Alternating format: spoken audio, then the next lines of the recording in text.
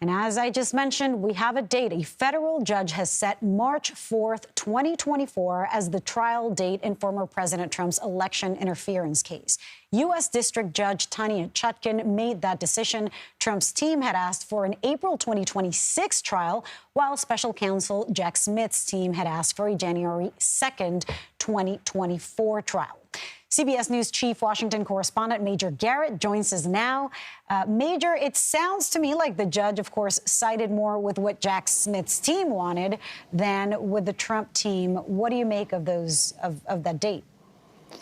So the first thing we need to understand is this may not be the absolute date set in stone, March 4th, but it will be somewhere close to that.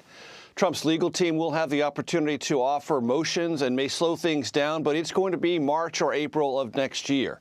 And that is much, much closer to the prosecution's wishes than the Trump defense team suggested. April 2026 was something that the judge said was simply unreasonable. She also said January 2024 was unreasonable. But the most important part of this is this trial will occur in the calendar year 2024 and months before the nominating convention for Republicans in Milwaukee.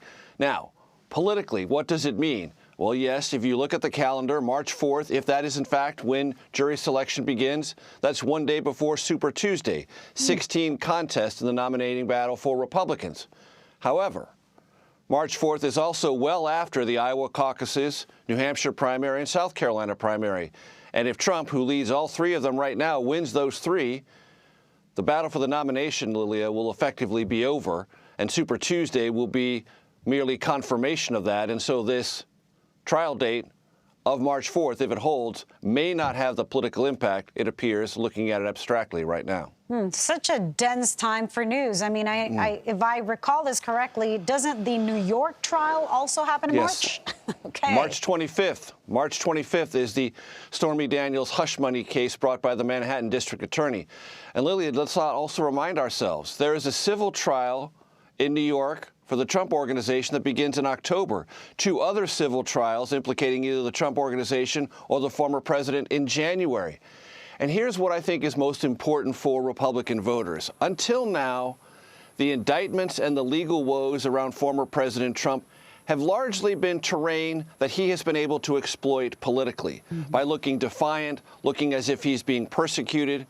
And lots of defendants who are prominent go through that process of defying law or defying the justice system that they think is out to get them. And they sometimes build kind of, in this case for sure, but a kind of support mechanism around them. That's certainly been true for the former president. But I've covered lots of criminal trials, and I've seen defendants get smaller once they get into the confines of the courtroom. And all that bluster on the outside that works politically has no purchase inside a courtroom. It's not allowed.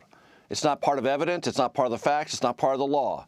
And the world shrinks around defendants then. What's going to be the great question for former President Trump and Republicans who still admire and want to support him is, does that process of getting smaller and the limitations imposed by actual court procedures change their view of the law, of him, and his political potency in 2024? That, to me, is the great variable of this political season. Oh, boy. Well, let's talk to yet another Trump case, the Georgia case. Former Trump White House Chief of Staff Mark Meadows, his lawyers are arguing that his case should move to federal court because of the position he held in the federal government.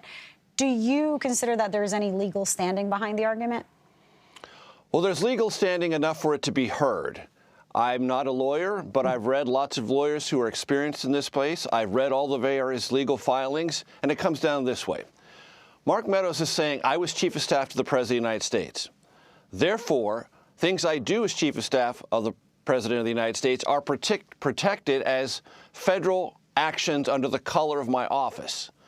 However, he has also argued that nothing can be charged in relationship to anything dealt with in the 2020 election because he had a First Amendment right to politically speak out against the 2020 election. Well, as the Fulton County District Attorney Fani Willis has argued in her court filing, you can't have it both ways. And here's what I mean.